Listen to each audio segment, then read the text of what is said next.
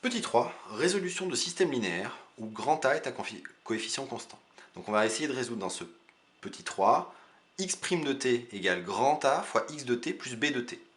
Alors le second membre b de t, il pourra dépendre de t, mais la matrice grand A, ce sera une matrice qui sera indépendante de t. On va voir que dans ce cas-là, on va pouvoir résoudre explicitement le système homogène et donc résoudre explicitement l'équation totale. Et ce qui va nous servir, c'est nos connaissances sur la réduction des matrices grand A. Donc dans un premier temps, petit a, on va traiter le système homogène. X' de t égale grand A fois x de t. Donc dans ce paragraphe, on cherche à résoudre x' de t égale grand A fois x de t, où A est une matrice de Mn de k, les coefficients de grand A ne dépendant pas de t. Ici, dans tout ce petit a, grand I, on pourra prendre égal à grand R. Premier cas, le cas où grand A est diagonalisable dans K. Donc on suppose que grand A est diagonalisable dans K. J'appelle V1, Vn une base de Mn1 de K formée de vecteurs propres de A. Il en existe une puisque A est diagonalisable, c'est une des caractérisations de la diagonalisabilité, respectivement associées aux valeurs propres lambda 1 jusqu'à lambda n. Les lambda i ne sont pas forcément deux atomes distincts, mais ce qui est vrai, c'est que pour tout i, A fois Vi vaut lambda i fois Vi. Je vais chercher à résoudre le système différentiel x' de t égale grand A fois x de t. Et comme V1, Vn est une base de Mn1 de K, x de t, qui est dans Mn1 de K, il peut toujours se décomposer sous la forme la somme des alpha i Vi. Les Vi sont indépendants de t, donc x de t s'écrira comme la somme des alpha i de t Vi. Je cherche une fonction x dérivable, ce qui revient à ce que toutes les composantes dans la base V1, Vn soient dérivables. Donc la somme des alpha i de t Vi. Donc je vais chercher x de t sous cette forme-là, ce qui ne fait pas de perdre de généralité à mon problème. Sauf que là, si je calcule ceci, j'obtiens que x' de t vaut grand A fois x de t. Quand je calcule x' de t, j'ai la somme des alpha i' de t Vi, qui fait la somme des alpha i de t AVI, sauf que AVI vaut lambda i Vi, donc ça fait la somme des lambda i alpha i de t Vi. Mais comme V1, Vn est une base, j'ai cette égalité si et seulement si pour tout i entre 1 et n, alpha i' de t vaut lambda i alpha i de t. Et là, je retombe sur une équation différentielle du premier ordre scalaire qui se résout en disant que, sous la forme alpha i de t égale une constante fois exponentielle lambda i fois t.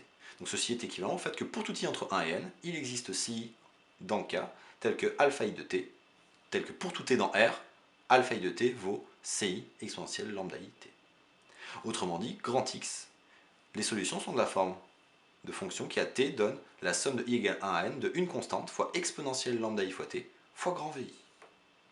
Conclusion, donc là j'ai une combinaison linéaire de n fonctions, j'ai une base de l'ensemble des solutions de SH, puisque je sais que l'ensemble des solutions de SH est un espace vectoriel de dimension n, et je prétends qu'une base, c'est la famille de solutions x1, xn, où pour tout i, xi, c'est la fonction qui à t donne exponentielle de la valeur propre lambda i fois t, fois le vecteur propre, avec v1, vn, une base de vecteurs propres de A, associée respectivement aux valeurs propres lambda 1, lambda n. Donc si j'ai une base de vecteurs propres, il suffit de multiplier ce vecteur propre par exponentielle de la valeur propre fois t, et j'obtiens une solution de SH. Et quand je fais ça pour les n vecteurs propres de A qui forment une base de Mn1 de K, j'obtiens une base de l'ensemble des solutions de l'équation homogène. Alors remarque, ce paragraphe aurait pu être rédigé un petit peu différemment. En fait, on va donner une rédaction différente dans le cas d'une matrice trigonalisable. La rédaction qu'on fera dans le petit 2 dans le cas de matrice trigonalisable aurait pu être faite ici.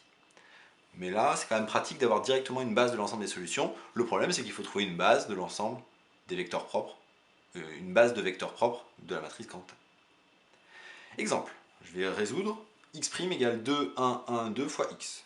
Alors cette matrice grand A est-elle diagonalisable? Réponse oui, parce que c'est une matrice symétrique réelle, donc le théorème spectral me dit qu'elle est diagonalisable dans R. De façon plus concrète, si je cherche à diagonaliser, je regarde son polynôme caractéristique. Alors attention que le qui a de x, le grand x ici, c'est l'indéterminé des polynômes, alors qu'ici, grand x était ma fonction inconnue. Donc on pourrait éventuellement changer des notations pour l'une des deux, mais là, ici, on va très vite sortir des polynômes, donc on perdra toute ambiguïté. Le polynôme caractéristique, je le calcule, c'est fait x carré moins 4x plus 3. Le discriminant de cette équation du second degré vaut 4. J'ai deux solutions, donc deux valeurs propres, deux racines du polynôme caractéristique qui sont deux valeurs propres de A, qui sont 1 et 3.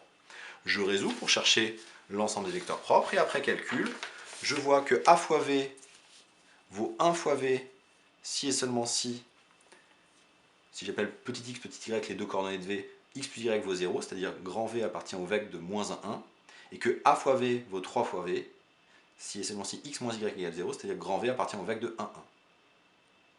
Et donc, l'ensemble des solutions du système homogène, c'est l'ensemble des fonctions de la forme t donne une constante fois exponentielle de 1 fois t, parce que la valeur propre c'était 1, fois le vecteur propre associé à la valeur propre 1, moins 1, 1, plus une autre constante fois exponentielle de 3, parce que la valeur propre c'est 3, fois t, fois le vecteur propre associé à la valeur propre 3, c'est-à-dire 1, 1. Ce qui me donne, si je regarde composante par composante, la première composante, moins c1 exponentielle t plus c2 exponentielle 3t, et la deuxième composante, c1 exponentielle t plus c2 exponentielle de 3t. Donc là, j'ai résolu intégralement le système différentiel x' de t égale 2x de t plus y de t, y' de t égale x de t plus 2x de t, plus 2y de t, pardon, et donc ce qui me donnera x de t de cette forme-là, y de t de cette forme-là. Le fait de savoir que dans le cas des matrices diagonalisables, j'ai une base de l'équation du système homogène, permet de donner déjà des résultats sans même expliciter les solutions. Par exemple, si A est diagonalisable, dont toutes les valeurs propres ont une partie réelle strictement négative, alors si x est une solution de x' égale ax, obligatoirement x de t tend vers 0 quand t tend vers plus l'infini. En effet, si V1, Vn est une base de vecteurs propres, associés respectivement à lambda et lambda n, x de t est de la forme d'une combinaison linéaire de fonctions de la forme exponentielle de lambda i fois t fois vi. Mais comme lambda i a une partie réelle strictement négative, exponentielle de lambda i fois t tend vers 0 quand t tend vers plus l'infini. Puisqu'en module, le module de l'exponentielle de lambda i fois t, il suffit d'écrire lambda i comme sa partie réelle plus i fois la partie imaginaire, tout ce qui est exponentiel d'un nombre imaginaire est de module 1, en revanche il va me rester exponentielle de la partie réelle de lambda i fois t. Comme la partie réelle est strictement négative, j'ai une exponentielle négative, quand t tend vers plus l'infini, ça tend vers 0. Et par combinaison linéaire de fonctions qui tendent vers 0, x de t tend vers 0 quand t tend vers plus l'infini. Et donc j'ai même pas besoin de chercher les vecteurs propres, si je sais que A est diagonalisable et que toutes ces valeurs propres sont de parties réelles strictement négatives, alors toute solution de l'équation homogène tendra vers 0 quand t tend vers plus l'infini. C'est un résultat qui pourra se généraliser dans le cas de matrices trigonalisables. On ne le fera pas dans le cours, mais ça pourrait être un exercice de TD intéressant.